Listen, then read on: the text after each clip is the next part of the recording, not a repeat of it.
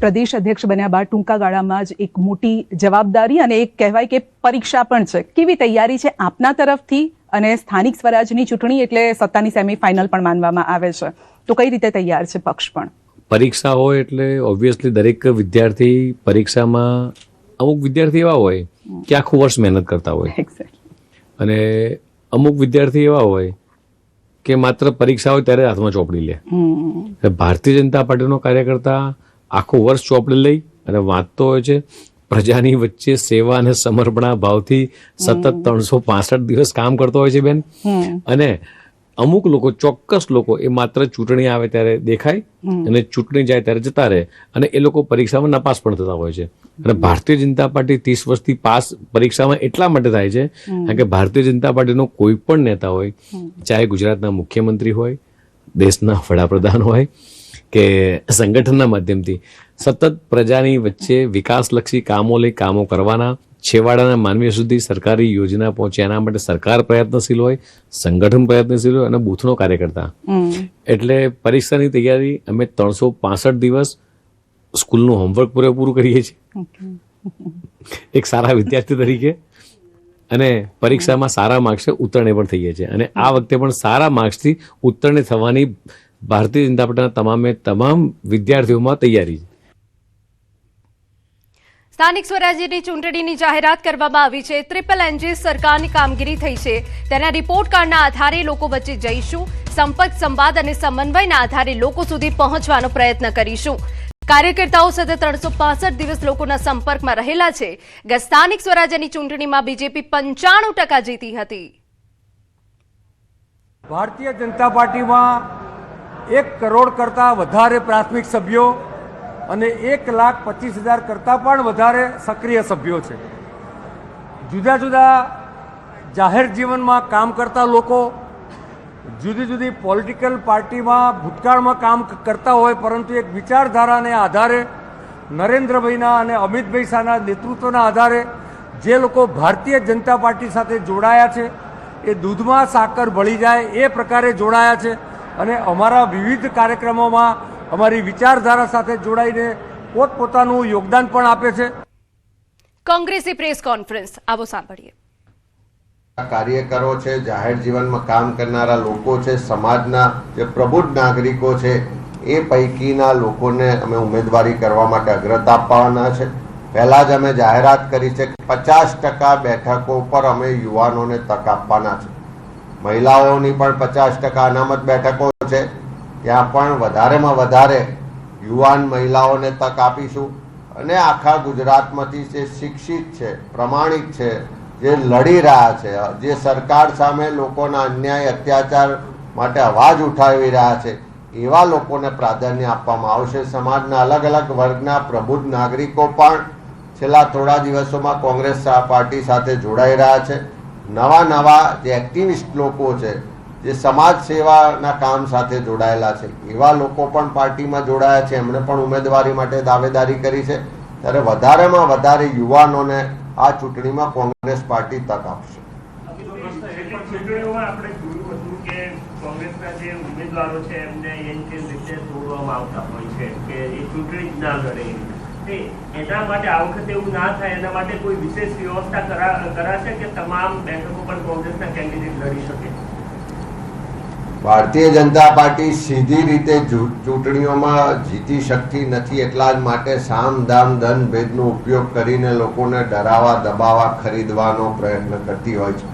આ વખતે આખા ગુજરાતમાં અમે એક્સરસાઇઝ વહેલા શરૂ કરી છે. સ્થાનિક સ્તરે ચૂંટણી સમિતિઓને સત્તા આપી છે. હું માનું છું કે 100% સ્થાનિક સ્તરે બધી જ ચકાસણી કરીને ઉમેદવારોની પસંદગી થશે અને ભારતીય જનતા પાર્ટીની એક પણ મેલી મુરાદ આ વખતે બહાર આવવા નહીં દઈએ. બીજો પ્રશ્ન એ થાય છે કે મહાનગરપાલિકા હોય કે પંચાયત હોય, હંમેશા માટે અલગ અલગ ચૂંટણીઓ થતી હતી, પરંતુ આ વખતે એક જ સાથે એનો અર્થ શું માની શકાય કે કોઈ પાર્ટીને કામ ન કરવા દેવું અથવા એક જ સમય ચૂંટણી કરી દેવી? સરકાર બધી જ રીતે ગભરાયેલી છે. એક બાજુ એમનું ભ્રષ્ટાચારનું પોલ દિવસે દિવસે ખુલી રહી છે, એક બાજુ પ્રજા મંદી, મોંઘવારી, ભ્રષ્ટાચાર બધી જ રીતે હેરાન પરેશાન છે. ચારે બાજુ યુવાનો હોય, ખેડૂતો હોય, મહિલાઓ હોય, સમાજના બધા જ વર્ગ વિસ્તારના લોકો આજે સરકાર સામે આક્રોશથી પોતાના પ્રશ્નો રજૂ કરી રહી છે. અને એ સંજોગોમાં બધી જ બેઠકોની ચૂંટણીઓ એક સાથે થઈ રહી છે. એનાથી ફાયદો પણ થશે, એનાથી લોકો એક ભાવનગરમાં સ્થાનિક સ્વરાજ્યની ચૂંટણીને લઈ ભાજપમાં ઉમેદવારી કરવા માટે કાર્યકરોનો ભારે ઉત્સાહ જોવા મળી રહ્યો છે. પ્રદેશ નિરીક્ષકોની ઉપસ્થિતિમાં ભાવનગરમાં ભાવ, કમલમ અને પાલીતાણા ખાતે 2 દિવસીય સેન્સ પ્રક્રિયા શરૂ કરવામાં આવી. જિલ્લા ભાજપ અધ્યક્ષ દિગ્વિજયસિંહ ગોહિલના માર્ગદર્શન હેઠળ જિલ્લા પંચાયતી 40 બેઠકો, 10 તાલુકા પંચાયતો અને 3 નગરપાલિકાઓ માટે દાવેદારોના મંતવ્યો લેવામાં આવી રહ્યા છે. આ પ્રક્રિયામાં પૂર્વ મંત્રી પ્રદીપ પરમાર અને સાંસદ દિનેશ મકવાણા સહિતના નિરીક્ષકો કાર્યકરોની રજૂઆતો સાંભળી ઉમેદવારોની પસંદગીની કવાયત હાથ ધરી રહ્યા છે. નિરીક્ષકોને સાંભળવાનું આયોજન કરવામાં આવ્યું છે પાલીતાણા સાથે અને ભાવનગર ભાવ કમલમ ખાતે. કેટલા ઉમેદવારો અત્યારે હજી તો પહેલું મંડળ ચાલુ છે. આજે ન કહી શકાય, કાલે અમારી સેન્સ પ્રક્રિયા પૂરી થશે પછી આની વિગત અમે તમને માહિતી આંકડા સહ આપી છે. જિલ્લા નવું બની, જિલ્લા પંચાયત 91 બન્યું અને કેટલાક લોકલ પાર્ટીઝના હાથમાં ફેરફાર થયેલા છે. એના કારણે જે સીમાંકન કરવું જરૂર પડે એટલે મોટા પાયો લગભગ થોડા ઘરો છોડીને બાકી બધામાં પણ સીમાંકન સાથે રોટેશન પણ કરવામાં આવે છે. એની વિગત બધા આપને આપીશું. સાથે સાથે સામાન્ય ચૂંટણી બાબતમાં કઈ કઈ તૈયારી થોડા અત્યારે પ્રાથમિક તૈયારી જે કરેલ છે એનું પણ આપનું વિગત આપીશું.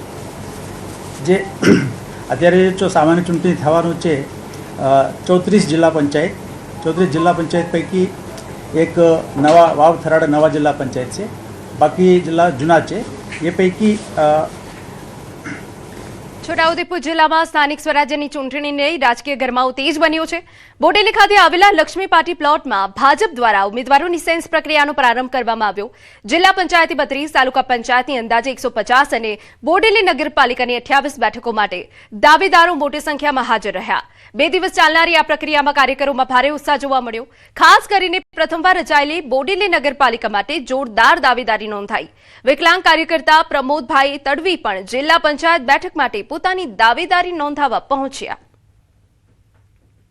ભારતીય જનતા પાર્ટી એ વિચારધારાને વરેલી પાર્ટી છે, વિકાસને વરેલી પાર્ટી છે અને અમે અમારું જે કામ છે એ પ્રજાહિત માટે, લોકોના હિત માટે હર હંમેશ 24 કલાક ભારતીય જનતા પાર્ટીનો કાર્યકર્તા પ્રજા વચ્ચે રહે છે અને પ્રજા સુખાકારી માટે અમે પ્રજા સાથે ઉભા રહીએ છીએ. ખેડા જિલ્લામાં સ્થાનિક સ્વરાજ્યની ચૂંટણીને લઈ રાજકીય ગરમાવો તેજ બન્યો. નડિયાદ કમલમ કાર્યાલય ખાતે ભાજપ દ્વારા ઉમેદવારોની સેન્સ પ્રક્રિયા કરવામાં આવી. પ્રદેશ નિરીક્ષકોની હાજરીમાં યોજાયેલી આ પ્રક્રિયામાં નડિયાદ મહાનગરપાલિકા, નગરપાલિકાઓ તેમજ તાલુકા અને જિલ્લા પંચાયતની બેઠકો માટે દાવેદારોનો રાફડો ફાટ્યો. ટિકિટ મેળવવા માટે ભાજપના કાર્યકરોમાં ભારે ઉત્સાહ જોવા મળ્યો, જેમાં વિવિધ સ્તરની બેઠકો માટે મોટી સંખ્યામાં દાવેદારો હાજર રહ્યા. નડિયાદ મહાનગરના 6 વોર્ડ, ઠાસરા તાલુકા પંચાયત, ગળતેશ્વર તાલુકા પંચાયત અને ઠાસરામાં આવતી 5 જિલ્લા પંચાયત, ગળતેશ્વરમાં આવતી 3 જિલ્લા પંચાયત, એમ આ પ્રકારે ઉમેદવારો માટે સેન્સ લેવાની પ્રક્રિયા ચાલી રહી છે. સવારથી જ ઉમેદવારી નોંધાવવા માટે ઉમેદવારો ખૂબ ઉત્સાહથી ભાગ લઈ રહ્યા છે. ઉમેદવારોએ પોતાની ઉમેદવારી નોંધાવી છે, પણ સામૂહિક રીતે એ પણ અહીંયા એમનો સેન્સ આપ્યો છે કે અમે ઉમેદવારી નોંધાવી છે, પણ પાર્ટી જે નિર્ણય કરશે, જે ઉમેદવારની પસંદગી કરશે એ અમારું શિરોમાન્ય રહેશે.